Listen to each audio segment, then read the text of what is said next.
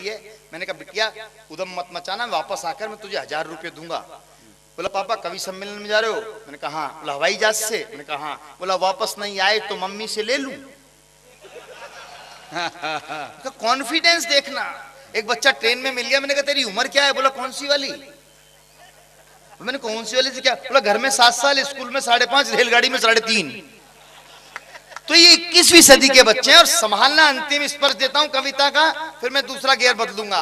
बेटे को जितना पढ़ाया वो उससे भी निकला सवाया, जैसे ही कोई मेहमान टपकता वो उसकी जेब पर लपकता, लपक कर लिफाफा खोलता, खोलकर बोलता पापा टाए टाए फिस से। इसमें तो बस 21 है।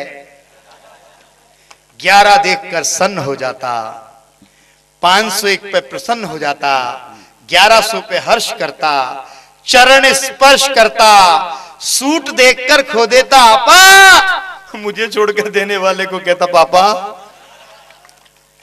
अंत में केक कटा, हैसियत के हिसाब से बटा।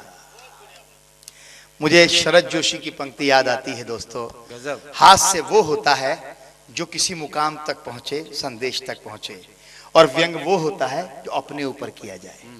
बहुत आसान होता है राजनीति को कुछ कह देना। अपने ऊपर करता हूं अंतिम 3 पंक्तियां। आप अगर दर्पण के सामने अपना चेहरा देख रहे हो तो उस चेहरे को अपनी तालियों से मुखरित करके मुझे बताना, लौटाना कि शायद आपकी बात मेरी कविता कहने का साहस करती है। आइए अंतिम स्पर्श कविता का। अंत में केक कटा, हैसियत के हिसाब से बटा, कोई भी पीस कम नहीं था रुपए 101 से। लिफाफे के नोट झांक रहे थे कटे हुए केक से।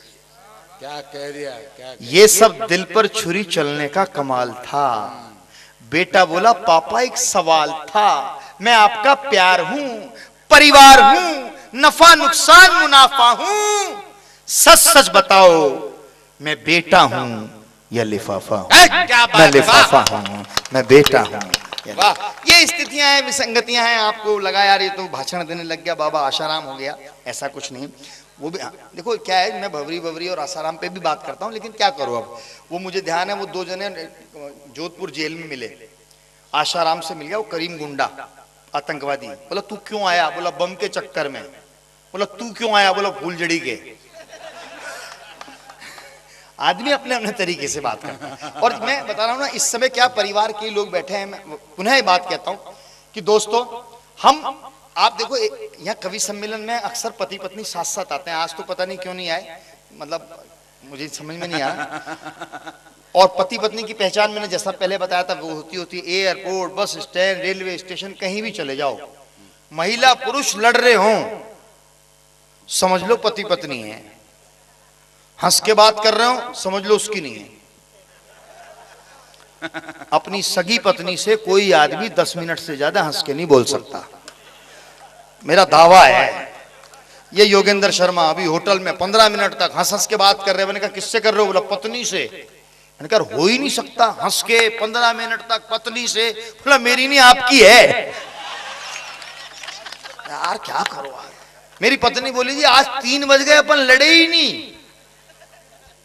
अरे मैंने कहा लड़ाई को मार जूती। बोली जूती मारना अपनी मां को। और शुरू लड़ाई के लिए कोई भूमिका नहीं चाहिए।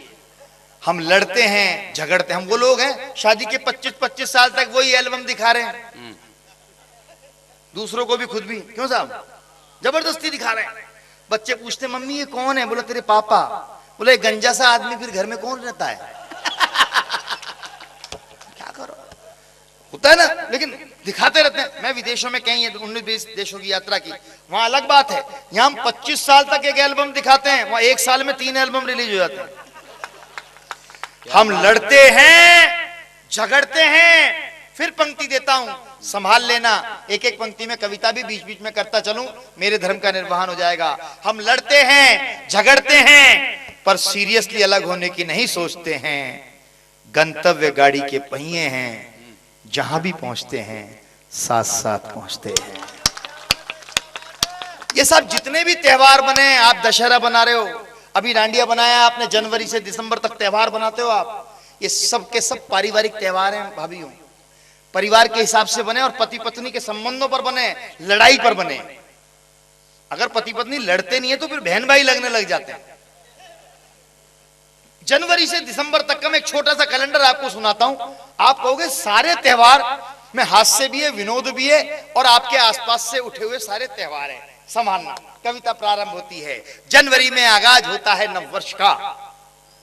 जनवरी में आगाज होता है नववर्ष का, पति पत्नी के बीच बिगुल बज जाता है संघर्ष का।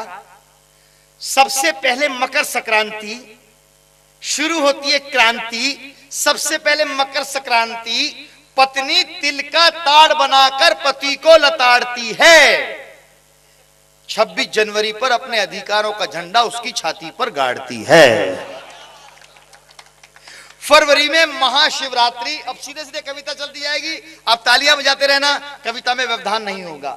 आप अधिकतम मुझसे कविता सुनना चाहते हैं, मैं अधिकतम कविता सुना दूंगा। आप अधिकतम मुझसे लाफ्टर सुनना चाहते हैं, मैं लाफ्टर सुना दूंगा। डिपेंड आप पर है, संभालें।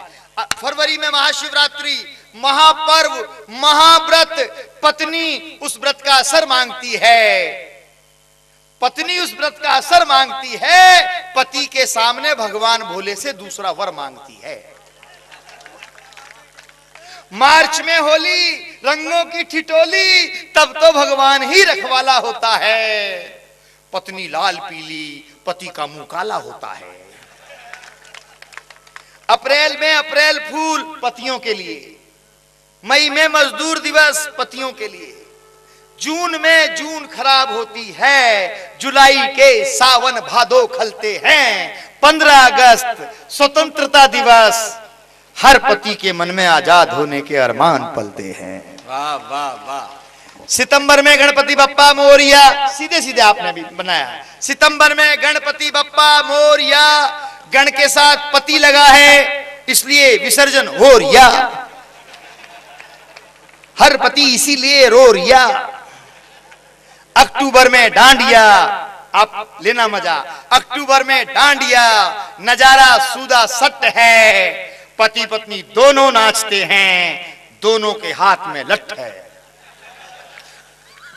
लठ की दहशत। और एक पंक्ति, एक त्योहार आएगा जिसे आप अगर हथेलियों पर सहेजेंगे तो हमारी पावनता उमंग में अनुदित हो जाएगी, मुझे ऐसा लगता है। संभालें एक त्योहार, अक्टूबर में डांडिया, नजारा सूदा सट है, पति पत्नी दोनों नाच रहे हैं, दोनों के हाथ में लठ है, लठ की दहशत कुछ करने नहीं देती है, पत्नी जीने नहीं देती है, करवा चौथ मरने नहीं देती है। क्या बात। नवंबर में बीवी बच्चे बाजार मिलकर लूटते हैं, नवंबर में बीवी बच्चे बाजार मिलकर लूटते हैं, दिवाली के सारे पटाखे हम पतियों की खोपड़ी पर फूटते हैं। और अंत में दिसंबर, बेचारा पति धार्मिक हो जाता है, क्रिसमस पर जाकर चर्च में मत्था टेकता है, वहां भी ईसा मसीह को सूली पे टंगा हुआ देखता है। यीशु ईश्वर, वहां भी पति, यार तुम एक सप्लीमेंट्री हो, अंत में धार्मिक हो जाता है, चर्च में जाके मत्था टेकता है, वहां भी ईसा मसीह को सूली पे टंगा हुआ देखता है। यीशु ईश्वर, पति परमेश्वर, दोनों की एक गति, एक नियति, आनामति, भाई साहब।